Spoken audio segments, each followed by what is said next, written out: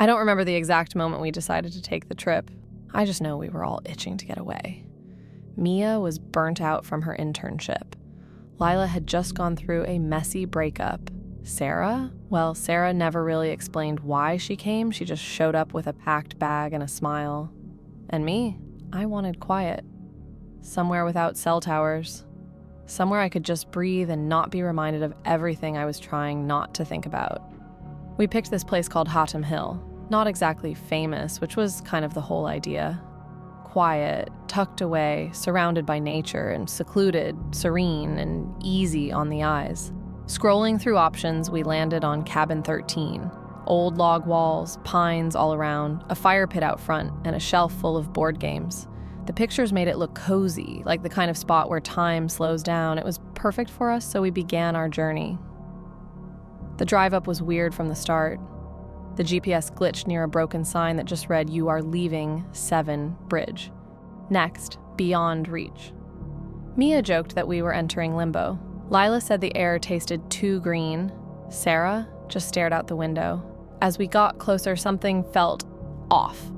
The trees were too tall, the road was too narrow, no other cars, and no animals, like the woods were holding their breath, but we laughed it off. Tried to act like it was just our city brains overreacting to rural silence. The cabin looked exactly like the pictures, except older, like the pictures were taken decades ago. Still, inside it was charming, dusty, creaky, but charming. There was no electricity, just a few old oil lamps and a bundle of fat candles in a chipped ceramic bowl. The air smelled like damp wood, mothballs, and cinnamon. Not fresh cinnamon, but the kind that clings to the pages of forgotten cookbooks. Sarah found a rusted kettle. Mia claimed the only working flashlight. Lila started opening every drawer like she was looking for treasure. That's when the fireplace coughed, literally.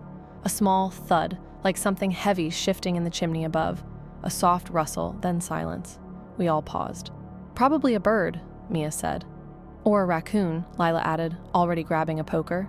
But when we knelt down to peek inside, we didn't find feathers or fur. There was something wedged up behind the grate. It was a tightly sealed box, about the size of a Monopoly board, wrapped in what looked like oilskin cloth, brittle with age. The only reason we even saw it was because the edge caught the light and gleamed for a second, like it wanted us to find it. It took both Sarah and me tugging on it to pull it free. The cloth crumbled as we opened it, revealing an old wooden box. Dark mahogany, carved with strange symbols around the edges. Not letters, not anything familiar. It wasn't dusty, it looked polished, fresh, like someone had just left it there. There was no branding, no instructions, aside from one charred slip of paper tucked inside with exactly 3 words, "Play at night." So of course, we played it that night. We lit candles, sat in a circle, and pulled cards. Each card had a question, simple at first.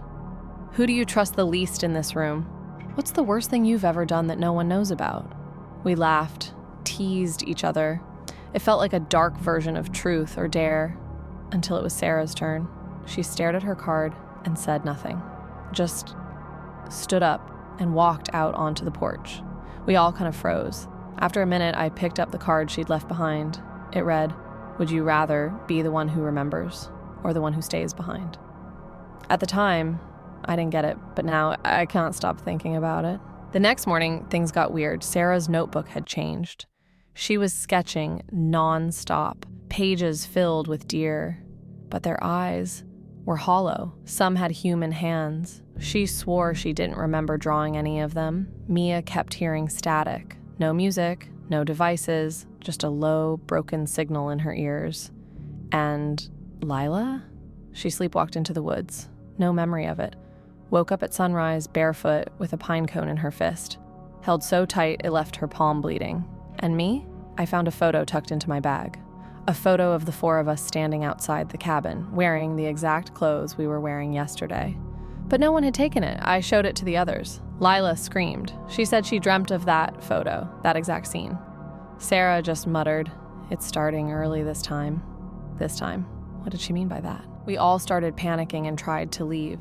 The car wouldn't start. The road we came in on, gone. Not like covered in leaves gone, like it never existed. We ran in one direction for an hour, ended up back at the cabin. The woods were looping us. Sarah finally talked. She said she'd been to Hatem before, or maybe someone like her had, a version of her. Ever since then, the same drawings, the same dreams, over and over. This place isn't haunted, she said quietly. It is hungry, and it takes something you won't even know you gave, until it's too late. None of us spoke for a long time after that. Eventually we moved, not because we wanted to, but because doing nothing felt worse. So we searched the cabin.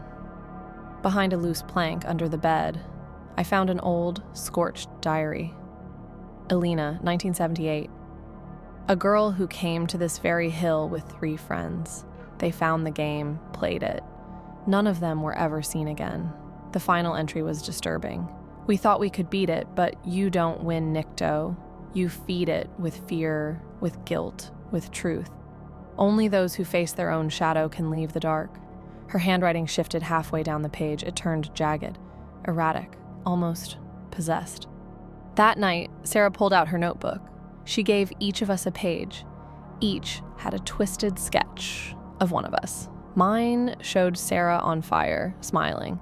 Mia's showed me hanging upside down from a tree. Lila's was just black.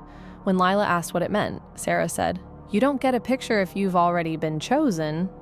We didn't sleep. We couldn't. We decided to bury the game box. In the woods, we found a clearing where the earth felt soft. We dug. Underneath, bones. And one of them had a bracelet. Lila's bracelet. But Lila was wearing hers. Except now, she wasn't. Her wrist was bare. She didn't even notice. Then she started crying, whispering, "She told me not to tell you. She told me not to tell you." Back at the cabin, Lila was gone.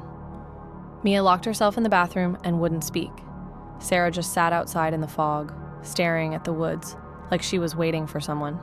I opened the attic again and found more VHS tapes, all labeled with names I didn't recognize, and one labeled Elo Final Cut. It was blank. I smashed it. Sarah came in, quiet. She sat beside me and said, "It's your turn to choose. The hill doesn't let everyone go. Only the one who anchors the story, that's you. You can leave, Ella. But if you do, you'll carry the memory. Forever. If you stay, someone else walks free." I asked her if this was her choice too. She smiled and didn't answer. I left, or I think I did. I drove down a road that wasn't there before. My car had a full tank again. My phone started working halfway down the hill, but when I checked the photos on it, there were none of us. Just the cabin. From the outside, every angle, hundreds of them. I tried to call Mia. No answer. I checked my rearview mirror. Sometimes, I think I see someone sitting in the back seat. A girl with a bracelet.